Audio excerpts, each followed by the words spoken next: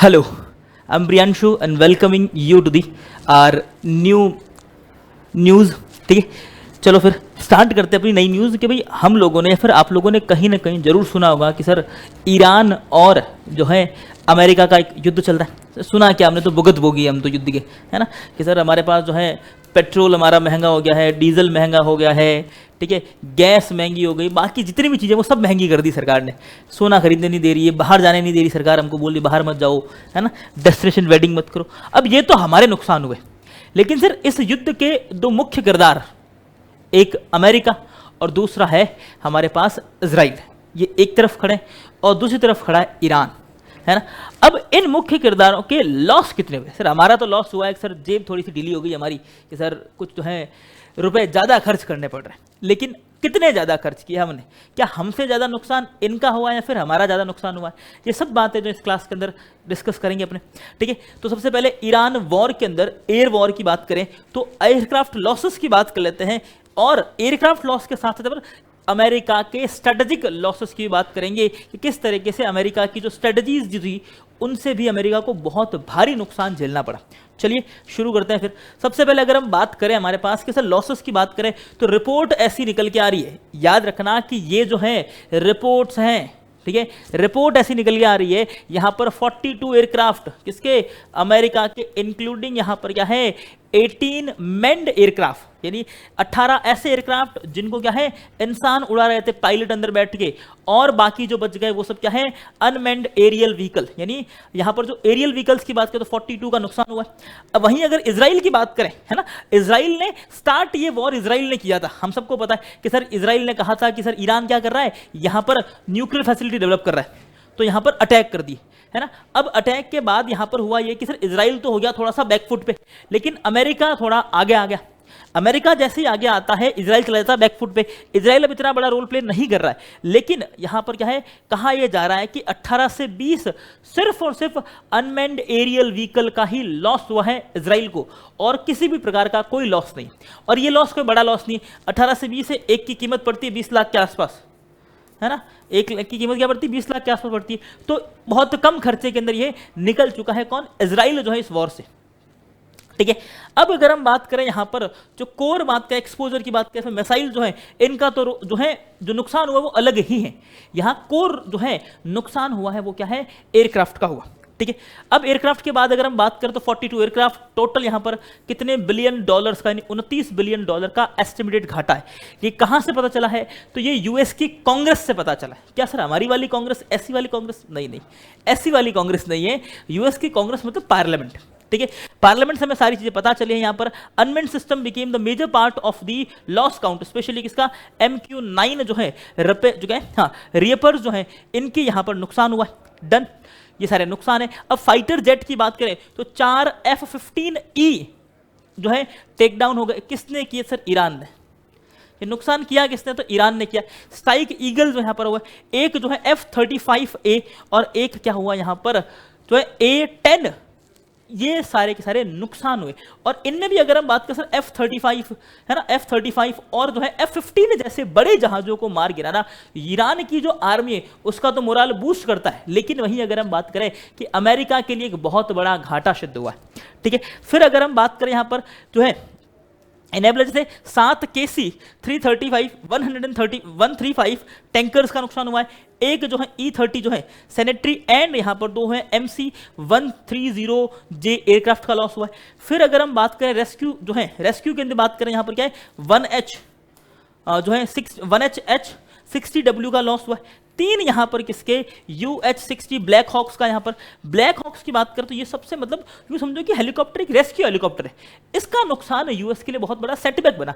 यार हम अपने एक रेस्क्यू टीम को रेस्क्यू के लिए भेजा जाए और वो रेस्क्यू टीम खुद मर जाए, कितना बड़ा सेटबैक हो सकता है ना। तो यहाँ पर इस तरह बहुत ज़्यादा नुकसान जो यहाँ पर किसको, अमेरिका को देखना पड़ा। लेकिन वहीं अगर हम ईरान की बात करें, सर इजराइल की बात करें तो यहाँ पर क्या है बहुत कम मेन क्राफ्ट जो है ना, जो पायलट खुद उड़ा सकते हैं, इस तरह के जहाज का नुकसान जो है इजराइल को बिल्कुल नहीं हुआ है। सिर्फ और सिर्फ slow moving UAVs such as, यहाँ बात करें क्या है हेरमीज जो है, इटैन या फिर हिरोन टाइप जो प्लेटफॉर्म्स है उनका ही नुकसान हुआ है सिर्फ 18। अब सर ये नुकसान कम ज्यादा क्यों आ रहा है जब दोनों ने पार्टिसिपेट तो बराबर बराबर किया था? होता यह है कि सर इजराइल जो है एक फिक्स स्ट्रेटजी के साथ लड़ता है ना। इजराइल की अगर हम बात करें, इजराइल जो वो धीरे धीरे दीमक की तरह खाता है किसी को, जबकि अमेरिका क्या करता है, बहुत बड़ा मुंह खोलता है और एक साथ खाने की कोशिश करता है कि मैं एक झटके में इसको खत्म कर दूंगा। जिस तरह से रशिया ने यूक्रेन को खत्म करने की कोशिश की थी वैसा ही कुछ, लेकिन रशिया भी क्या हुआ, नाकामयाब रहा यूक्रेन को खत्म करने में। और क्या है, फिर अगर हम बात करें, इजराइल भी यहां पर जो है कामयाब रह रहा है। इजराइल का जो मोटो था वो लगभग पूरा कर रहा है कि भाई हमें इसकी न्यूक्लियर फैसिलिटी जो है डिस्ट्रॉय करनी थी, और की भी कुछ न्यूक्लियर फैसिलिटी, लेकिन 50% तक ही डिस्ट्रॉय हुई है, ज्यादा डिस्ट्रॉय नहीं कर पाया। लेकिन इजराइल जो है अपने मकसद के अंदर कामयाब रहा। लेकिन अमेरिका का मकसद था कि ईरान को नस्तो नाबूद करना, और ये नस्तो नाबूद नहीं कर पाया। ठीक है, तो बहुत बड़े बड़े नुकसान थे यहाँ पर, है ना। नुकसान क्या होता है, चलो अब देखो जियोग्राफिकल एक्सपांशन की बात करें सर, यूएसएस एयरक्राफ्ट जो इस गल्फ के अंदर है ना, इस गल्फ कंट्री के अंदर बात करें, बेसेस जो है कहां पर है, कतर है, यूएई है, कुवैत है, सऊदी अरेबिया है, बहरीन है और जॉर्डन है। यहां पर क्या है, गल्फ में अमेरिका के बेसेस बने हुए अलग अलग देशों के अंदर। ठीक है, तो लार्ज एयरक्राफ्ट जो यहां पर रडार की नीड पड़ती है, इनको जो है रनवेज की नीड पड़ती है। लेकिन जब हम बात करें ईरान के अंदर, ऐसा कोई बेस ईरान के आसपास नहीं है, तो यहां पर जब इनके एयरक्राफ्ट जाते हैं तो लंबे टाइम तक, तो ईरान का टेरेन ऐसा है ना, टेरेन ऐसा है कि जहां पर पहाड़ भी और रेगिस्तान भी है, इन दोनों चीजों को एक साथ टैकल करना एयरक्राफ्ट के लिए बहुत मुश्किल होता है। ठीक है, और यहां पर जो है इसीलिए ज्यादा नुकसान हुए। फिर स्टेट ऑफ हॉर्मुज की बात करें तो यहां पर जो ड्रोन है, स्टेट ऑफ हॉर्मुज की रीजन की बात करें तो यहां से भी क्या है, बहुत ज्यादा ईरान को फायदा हुआ है। ईरान को फायदा, ईरान के पास खुद के पास ड्रोन है ना, तो इससे क्या है, नुकसान नहीं हुआ। अब हाई वैल्यू की बात करें, प्राइम टारगेट्स क्या क्या थे, तो देखो टैंकर जो है एक्सटेंड करते हैं strike range and keep the operation continue. अब जो टैंकर्स थे उन्होंने जो क्या है, ऑपरेशन को कंटिन्यू रखा। फिर बात करें देखो थर्ड सिस्टम, और क्या है, AWSCS प्लेटफॉर्म जो है ऑर्गेनाइज करते हैं सर्वेलेंस इजराइल की तरफ से, है ना, ईरान की तरफ से सॉरी। और थर्ड जो है क्या है, लिंक्ड अर्ली वार्निंग प्रोवाइड करता है। ये सब सिस्टम क्या है, अमेरिका के फेल कर जाते हैं, ये सारे सिस्टम अमेरिका के फेल कर गए।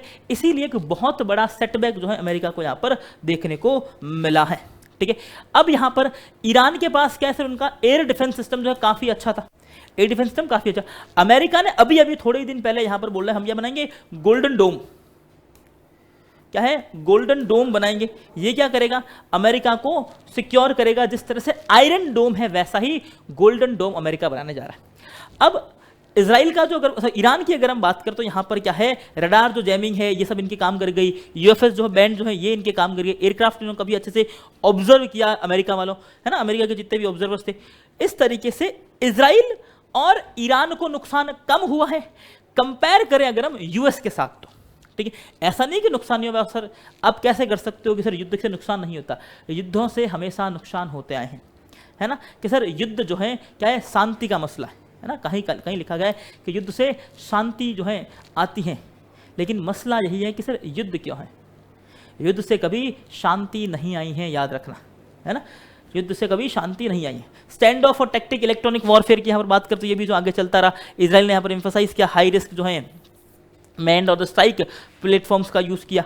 ठीक है, फिर यहाँ पर जो है ड्रोन का बहुत बड़ा यहाँ पर जो है रोल रहा, MQ-9 जो यहाँ पर है ना, MQ-9 UAVs की बात करें तो ये बहुत बड़े यहाँ पर जो है वॉर को या फिर वॉर को टर्न करने के अंदर काम आए। अभी जो है याद रखना कि सर जितने भी युद्ध चल रहे हैं उन सब के अंदर UAV यानी अनमैन्ड एरियल व्हीकल का बहुत बड़ा रोल है। एक तो सबसे पहली बात तो रडार के अंदर कैप्चर नहीं होते, बड़े जहाज क्या इजीली रडार के अंदर कैप्चर हो जाते हैं, और उनको रडार जब कैप्चर कर लेता है तो फिर सर कुछ भी हो सकता है, डिस्ट्रॉय हो सकता है, कुछ भी हो सकता है। F-15 के साथ हुआ, F-35 के साथ हुआ।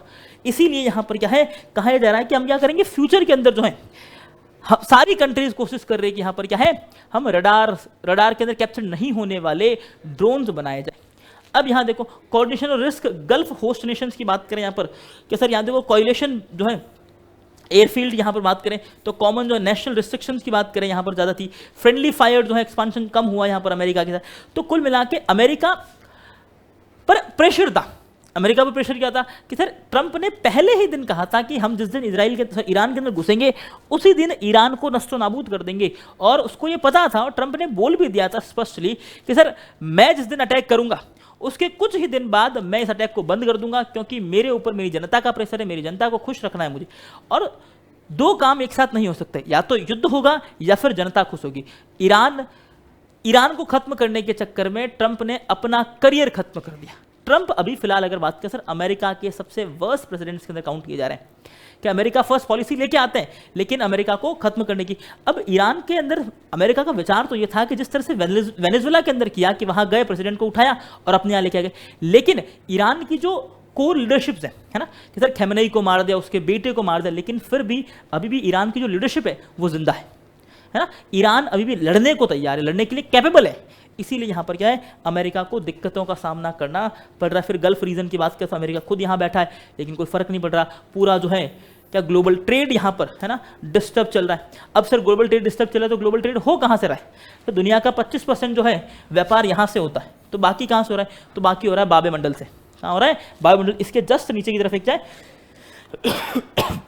स्ट्रीट है, ओके, बाबे मंडल से हो रहा है, ये भी याद रखना अपने पास है ना। नेक्स्ट देखो, ईरान की अगर हम बात करें क्या है, हाँ, मोजाइक डिफेंस सिस्टम ने काफी अच्छा रोल प्ले किया। मोजाइक डिफेंस सिस्टम ने काफी अच्छा रोल प्ले किया यहाँ पर, ईरान को जो है डिफेंस सिस्टम काफी अच्छा है। जिस तरह से हमारे पास क्या है S-400 है, सुदर्शन है, उसी तरीके का इनके पास, ईरान के पास भी क्या है, एक डिफेंस सिस्टम अवेलेबल है। फिर अब देखो यहाँ पर काफी जो इनके पास बात करें सर, अटैक करने की बात करें, एक्सपेंसिव डिफेंस जो है इक्विपमेंट्स नहीं है। अमेरिका के पास क्या है सर, अमेरिका ट्रेडिशनल वॉरफेयर की तरफ चला जाता है, जबकि यहाँ आज का जो टाइम है उसमें ट्रेडिशनल वॉरफेयर्स नहीं काम आते कि हमारी आर्मी वहाँ जाएगी, उतरेगी, अटैक करेगी, प्लेन्स जाएंगे, फाइटर प्लेन जाएंगे, हेलीकॉप्टर जाएंगे, ये काम नहीं आता। अभी जो मॉडर्न वॉरफेयर है कहता है कि आप जितना हो सके उतना कम रिसोर्स के साथ सामने वाले को कितना नुकसान पहुंचा सकते हो, ये देखो, अपना खर्चा कम होना चाहिए। उसी मामले में यहाँ पर क्या है, अमेरिका फेल कर जाता है और यहाँ पर जो है इजराइल और ईरान दोनों इस युद्ध के अंदर जीत जाते हैं इन टर्म ऑफ लॉसेस, ठीक है, लॉसेस के टर्म में यहां पर, ठीक है। फिर स्टेट ऑफ हॉर्मज लिंक करते हैं किसको, पर्शियन गल्फ को, ये सारी बातें आपको पता है। अब यहाँ पर सप्लाई चेन को डिस्टर्ब कर दिया हमारे पास, है ना। तो ये हैं सारे के सारे नुकसान हमने डिस्कस कर लिए कि ऐसा क्या क्या हुआ है। तो यहाँ देखना, यूएस की बात करें तो फॉरवर्ड बेस जो है गल्फ के अंदर बने हुए, लेकिन फिर भी ये हार जाता है। हाई एक्सपेंस जो है, high exposure of tanks and AWACS radar resource जो है एसेट्स भी यहाँ पर नुकसान हुए। फाइटर प्लेन्स और UAVs का भी काफ़ी नुकसान हुआ है। लेकिन वहीं अगर हम बात करें इसराइल की, तो इसको सिर्फ और सिर्फ जो है अपना मतलब जान की हानियां हुई है ना। इसराइल के अंदर क्या है, जान की हानि हुई है। और इसराइल के अंदर नहीं, ईरान के अंदर जान की हानियां हुई है, लेकिन इसराइल की बात करें सिर्फ और सिर्फ UAVs का नुकसान हुआ है। और ग्लोबली अगर हम बात करें तो इसराइल की इमेज पर भी कोई दाग नहीं है। कोई आज के टाइम में आप कहीं भी सुनो, आप नहीं कहोगे सर इसराइल वर्सेज ईरान, आप क्या कहते हो, US वर्सेज ईरान। तो जो डैमेज जो है ना, जो कैरेक्टरिस्टिक डैमेज जो है वो किसको मिला है, ट्रंप को मिला है। ट्रंप के ही लोग ट्रंप से दुखी है कि सर ये वॉर स्टार्ट कर दिया, पूरा ट्रेड डिस्टर्ब हो चुका, पूरा वर्ल्ड ट्रंप से दुखी है। मुझे तो लगता है कभी ऐसा नहीं हो कि ट्रंप कहीं घूम रहा हो, गोली मार दे।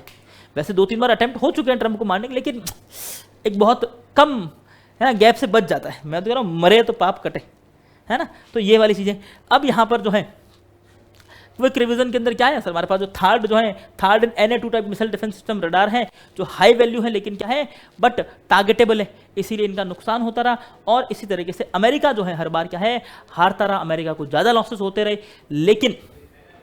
लेकिन याद रखना कि इस युद्ध के अंदर किसी का नुकसान, किसी की हानि, लेकिन हर परिवार को, हर व्यक्ति को क्या है नुकसान हो रहा है, क्योंकि वो अपने किसी न किसी चहेते व्यक्ति को यहाँ पर क्या है इस युद्ध के अंदर खो रहा है, ठीक है। तो याद रखना कि युद्ध से कभी शांति नहीं आती है, युद्ध से कभी शांति नहीं आती है, युद्ध से सिर्फ क्या होता है, डिस्ट्रक्शन होता है। और इसीलिए इंडिया की जो पॉलिसी है DPP, क्या है, peace, dialogue, diplomacy and peace, उसी पर कंटिन्यू रहिए। और इसी तरह की इन्फॉर्मेशन के लिए जुड़े रहिए हमारे साथ। हम इसी तरह की और न्यूज़ इन्फॉर्मेशन आपके लिए शेयर करते रहेंगे, इंटरेस्टिंग। और अपनी जो करंट अफेयर की क्लास है, बैंकिंग चैनल पर करंट अफेयर की क्लास आती है शाम को 6 बजे, 6 से 7 डेली करंट अफेयर। और अपनी SSC चैनल पर आती है मॉर्निंग में 7 से 8 बजे डेली करंट अफेयर। उसमें हम लोग इन डेप्थ जो है करंट अफेयर डिस्कस करते हैं, जो आपके एग्जाम के लिए काम का। ये आपकी जियोपॉलिटिकल नॉलेज को इन्हेंस करने के लिए जो है वीडियो था। इसी तरह की इन्फॉर्मेशन के लिए जुड़े रहिए। Thank you, take care, bye. Channel को शेयर करें, सब्सक्राइब करें और वीडियो को लाइक करें। बाय। हेलो।